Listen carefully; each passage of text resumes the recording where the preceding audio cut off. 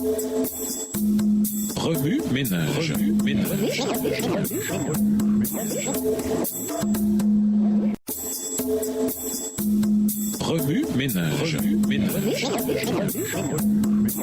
Bienvenue dans notre émission Remue ménage. Nous avons de mercredi. Invité. Question sur la purification. Pourquoi le sanctuaire devait-il être purifié? Précédemment, nous avons appris que les péchés du peuple étaient transférés au sanctuaire tout au long de l'année. Les prêtres pouvaient soit manger la viande du sacrifice, soit apporter le sang du sacrifice dans le sanctuaire et l'asperger devant le rideau menant au lieu très saint. D'une manière ou d'une autre, les prêtres transportaient les péchés du peuple et le registre de leurs péchés dans le tabernacle, faisant de ce dernier un réceptacle des péchés. Lévitique 10, versets 16 à 18. Le sanctuaire devait donc être purifié chaque année au jour des expiations pour retrouver son état initial de sainteté et de pureté. Comment le sanctuaire terrestre était-il purifié? Dieu a fourni un moyen simple mais profond d'éliminer tous les péchés du sanctuaire. Le jour des expiations, le grand prêtre mettait de côté 2 boucs choisis par tirage au sort. Le premier, ou bouc du Seigneur, était offert en sacrifice pour les péchés du peuple et pour purifier le sanctuaire. Le prêtre portait son sang dans le lieu très saint et l'aspergeait sur le propitiatoire, lequel se trouvait juste au-dessus des 10 commandements que le peuple avait transgressés. Lévitique 4, le verset 2, 1 Jean 3, le verset 4. Ce bouc-là n'était pas contaminé par le péché. Comme aucune confession n'avait été faite sur lui, son sang servait à purifier le sanctuaire et à en éliminer le péché. Aux yeux de Dieu, qui planait dans une gloire rayonnante au-dessus du propitiatoire, le sang de ce bouc couvrait les péchés de son peuple. Grâce à cet acte simple accompli par le grand prêtre qui représentait Jésus, Hébreux 4 et versets 14 à 16, le peuple évitait le juste jugement de Dieu pour ses péchés. Ensuite, le grand prêtre aspergeait le sang de ce premier bouc sur l'autel des parfums situé dans le lieu saint et sur l'autel des holocaustes dans la cour. Tout cela faisait partie du processus de purification et ce savon pour le péché dirigeait l'attention vers le sang du Christ. Hébreux 9, verset 22. Enfin, Aaron plaçait ses 2 mains sur le second bouc en transférant tous les péchés d'Israël. Tel un camion à ordures, ce bouc transportait leurs péchés loin dans le désert. N'étant pas sacrifié, il n'était donc pas un symbole de Jésus. Il symbolisait plutôt Satan qui sera un jour laissé seul sur la terre pendant 1000 ans avant de subir le jugement de Dieu et être complètement exterminé pour toutes les souffrances qu'il a causées. Apocalypse chapitre 20. Ainsi, le jour des expiations est une très bonne nouvelle pour ceux qui ont soif de justice, mais une très mauvaise nouvelle pour ceux qui pensent pouvoir faire le mal sans en subir les conséquences. Qu'est-ce que tout cela nous apprend sur Jésus et sur son œuvre dans le sanctuaire céleste? Le jour des expiations nous révèle 2 choses sur Jésus et sur son œuvre dans le sanctuaire céleste. Premièrement, Jésus désire expier nos péchés par son grand sacrifice accompli sur la croix il y a 2000 ans. Les mains du Christ portant la marque des clous sont toujours ouvertes à tous ceux qui veulent le recevoir. Deuxièmement, le jour des expiations révèle que nous avons un sauveur qui prie pour nous. Romains 8, verset 34. Avant d'entrer dans le lieu très saint, le grand prêtre prenait un encensoir plein de charbon ardent de l'autel qui se trouvait dans le sanctuaire, mettait sur ces charbons 2 grosses poignées de parfum en poudre, emportait le tout au-delà du voile dans le lieu très saint et remplissait la pièce de nuage d'encens. Lévitique 16, verset 12. Dans les Écritures, l'encens symbolise la prière. Apocalypse 8, verset 3. Cette simple pratique nous assure que Jésus prie pour nous. Et qui d'autre que Jésus lui-même préfériez-vous voir prier pour vous? Remue ménage. Méditez de nouveau Lévitique 16 et versets 29 à 34. Où voyez-vous Jésus dans ce passage? Comment la compréhension du Lévitique et du jour des expiations fusionne-t-elle votre expérience de la première venue de Jésus et sa seconde venue? Que vous dit Jésus par ce passage? En quoi voyez-vous Jésus différemment ou le voyez-vous de nouveau? Comment réagissez-vous en voyant Jésus de cette manière? Au revoir. Et à demain si Dieu veut.